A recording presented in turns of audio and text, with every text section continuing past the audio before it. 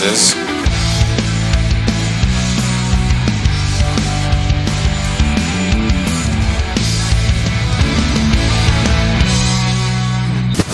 Zero martial training. All right, so now we're going to look at what we call center line. So center line can be looked at a couple different ways, but let's look where it's like you put a pole through the top of your head and goes out your butt, and basically we can rotate through it. So we want to be protecting our center line from all angles of attack. You know, there's movement is the best motion to do that. But as far as your center line based on a forward attack, we want to look at it as these are where all the major targets are, your major danger points. You know, you got your eyes here, you got your nose, the throat all the way through. There's some tender spots through here. You got your diaphragm, that's a killer right there. You got your abdomen, right below the belly button, there's a weak point here. If you hit that, there's going to be some excrement. You got your groin. All right, so these are all major points, major targets that you want to protect. So you need to make sure that your defenses, your positioning, and everything focus around protecting that. All right, and since we're talking about some dangerous portions of your body, another thing you can just look at just quickly here. So where our legs and our arms. So these are all artery filled here. All right.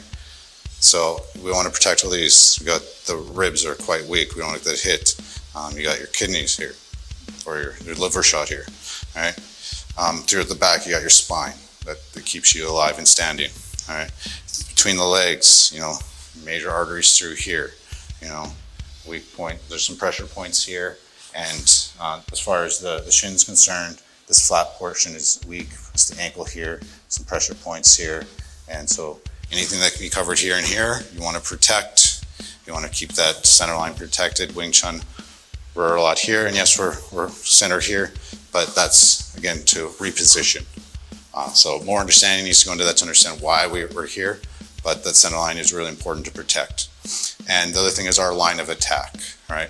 Line of attack can come from our center line outwards, all right? So we need to position our line of attack to the targets that we want.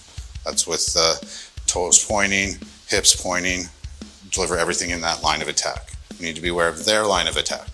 All right, we want to remove ourselves from their line of attack. So this is a two-prong awareness thing. And another thing we can add as far as a principle to this is, as I said with toes pointing, there's also a thing called where shoulders point, the power goes.